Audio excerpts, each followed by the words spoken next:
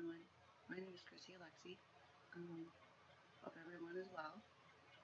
I just wanted to say that recently on Noreen's show, I got a little angry, and it wasn't about bullying anybody. It was about a spirit named Michael Adams Jr., who was on Steve's show.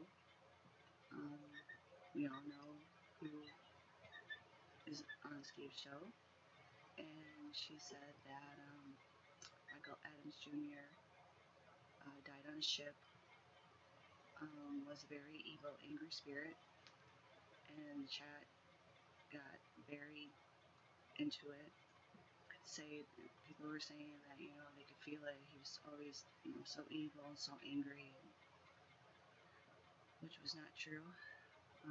That day he came here, out of all that anger, he went ballistic, and well, he knocked a few books of mine down. He knocked some of my clothes down. He knocked some statues down, and he went on a very angry rampage for about a couple hours. And the whole time, I could hear him. I could hear him talk about his life. I could hear him so angry. And there's two things I really want to say. That not every angry spirit is evil. I mean, even in human life, when you're angry, and people call you evil or call you names, it makes you even more angrier. And the spirits are not any different. Michael is here today with me. My protector spirit Drake has channeled him. We don't really need much channeling because he is here. And to also let you know that me and Drake did cross him over. Michael did cross over. And that is one of the reasons why I haven't been on Steve's show in a while, is because I've been working with that. I've been working to help Michael. And Michael Adams Jr. wants you to hear his story and how he died and what he went through and why he died. His parents were elderly. They lived. The image Michael always gives me is like, kind of reminds me of London, where it's always wet, always kind of gloomy. And one beautiful sunny day, his parents went for a walk, and he says that when they left the house, they were holding hands. His father was 81 and his mother 77, like two little lovebirds holding hands, walking to the park on a beautiful sunny day. And they said they were all going to be gone for maybe an hour or two, and they were gone all day. And so Michael called the police and said that his parents were missing. And the police said, give it time, they may come home. Well, Michael didn't want to wait, so Michael went on his own way, went to the park, and he found them. He found them gutted like deer, upside down. His mother was naked, and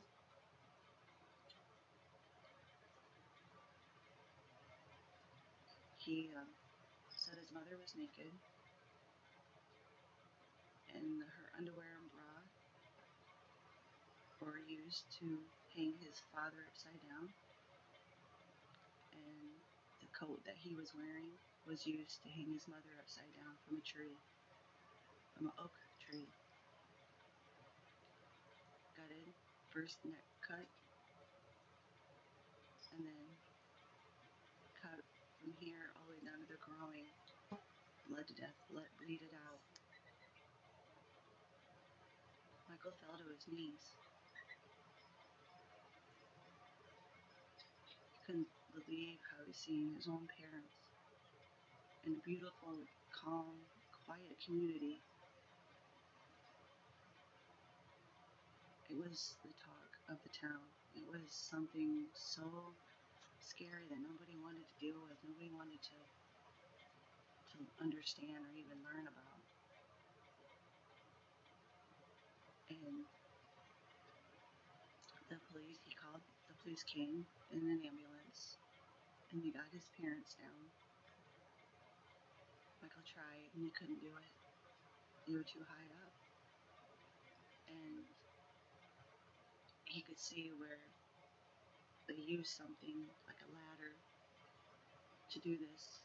He could see his imprints as he was looking around the ground. And they didn't take anything from them. They didn't take their wallets. They didn't take his mother's purse. They wrote on his mother's purse, "Old people don't deserve to live. Old people are no use." Mean, mean things written. And he had to bury his parents. And after he buried his parents, out of revenge, out of anger, out of hatred for this whoever did this to his parents, since the cops, and he believed the cops were just too afraid to dig in. I think they just wanted to forget that he did his own research and his own investigation. And Michael took me down this path in the park. It's like a path into the woods that takes you to this big open field, and there is a stone wall that used to be part of another building that looked like got tore down or something. And you could crawl over the wall in this big circle, and he could see circle marks, and in the ground he could see symbols, and he could see things written on the wall, like blood is sacred to Satan, blood is richer than water, all kinds of different kind of sayings. And so he started going around in the community, observing people, watching people, how they act. And he said about 2 or 3 weeks later, after he buried his mother and father, which his mother and father's name is Michael Adams Sr. and Elizabeth Adams. I keep saying Adam. It's actually Michael Adams Jr., Michael Adams Sr., and Elizabeth Adams. And he heard some young kids, 20, 25 years of age, talking about gutting two old people. And in the grocery store, he was getting groceries and just dropped his stuff and just stood there. Could not believe that it was bunch of young children, young adults who could possibly do this. And he's only going by word. They could be just kids, who heard about it and just talking. So he followed them for months. He followed them, got the routine down, understood that he started reading about occults, how they get together during certain types of moon cycles or certain types of holidays. And the night came. He found out that they were going to be in the woods, and he followed them. And in his mind, he was thinking about two choices: either kill them or call the police. He did have a little pocket knife for protection because he wasn't sure what he was going to do, how he was going to react, what was really going to happen.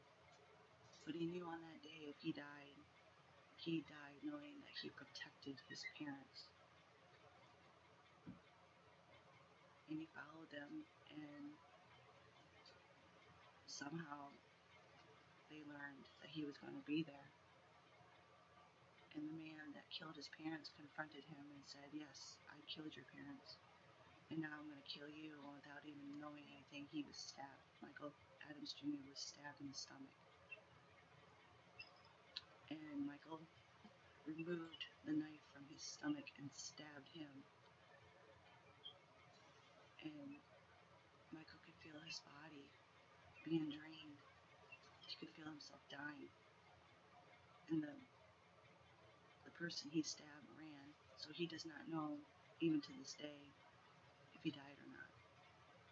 If the person who stabbed him and who killed his parents died. But he does remember the man standing over him saying, "The knife I stabbed you with is the same knife that I gutted your parents."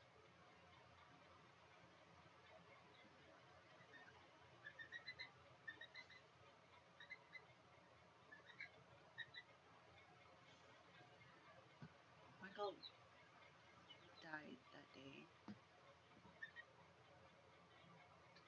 out of revenge.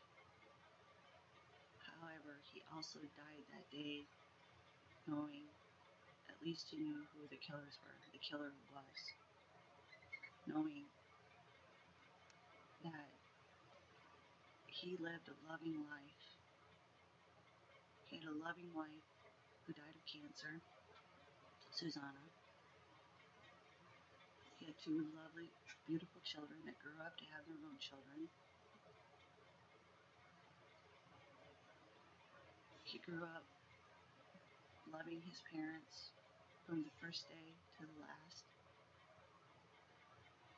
He stood by his wife's side to the day they said "I do," to the day she died in the hospital, in agony, in pain.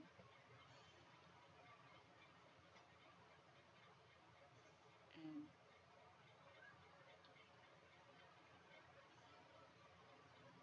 he just, a big message out there to everybody is think about what you're doing when you're talking to spirits. Think about what you're doing when we are trying to communicate. Don't meddle. Let them come to you. Because it does cause anger. It does cause emotions to them. It's like us humans. We do not like to be forced to be liked by somebody or be forced to have to pretend.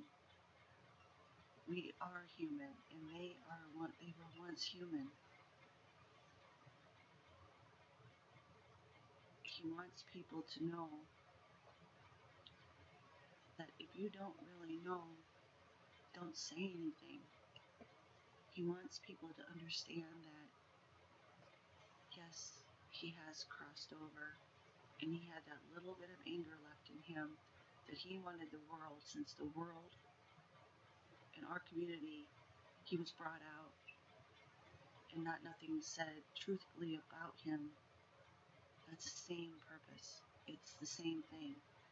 That we need to understand that spirits are here with us and they will come to you when they're ready. And when that person brought up Michael Adams Jr. on Steve's show, he was like, "Am I gonna get noticed? Is somebody gonna really know what happened to me and help me figure this out?" And it was a lie. Nothing was true about it. Wouldn't that make you angry? Wouldn't that make you so like, whoa, wait a second? And he can't come out and say to you what really happened. And that's why I had to step in. That's why I was here for him. I handle a lot of angry spirits, and I handle them to let them vent. And I go on with my daily life and listen and let them get it out, just like I do a human being. And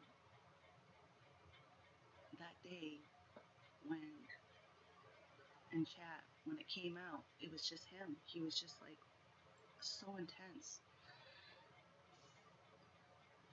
And, it's like, I mean, people were bringing up bully. Isn't it? To me, it felt like you guys were bullying Michael Adams. That, not you guys, one specific person, and then people feeding off of it. He felt bullied. So I was protecting him. I am a protector of spirits. I was taught how to by very good people. And, I've listened to some other videos and, the name calling and whatever. Words don't really bother me, but hurting a spirit does. Hurting a spirit like that really bothered me. And me and Drake crossed him over, and he's been so peaceful, and he's not the black entity that he was because of his built-in energy. He is now a light color. He enjoys being one of my statues. And if people want to know out there, if a spirit crosses over, can they come back? Yes, they can. They come back more peacefully. They may have more knowledge. They may have something to show you or give you. And I got Michael's story out, exactly what he wanted.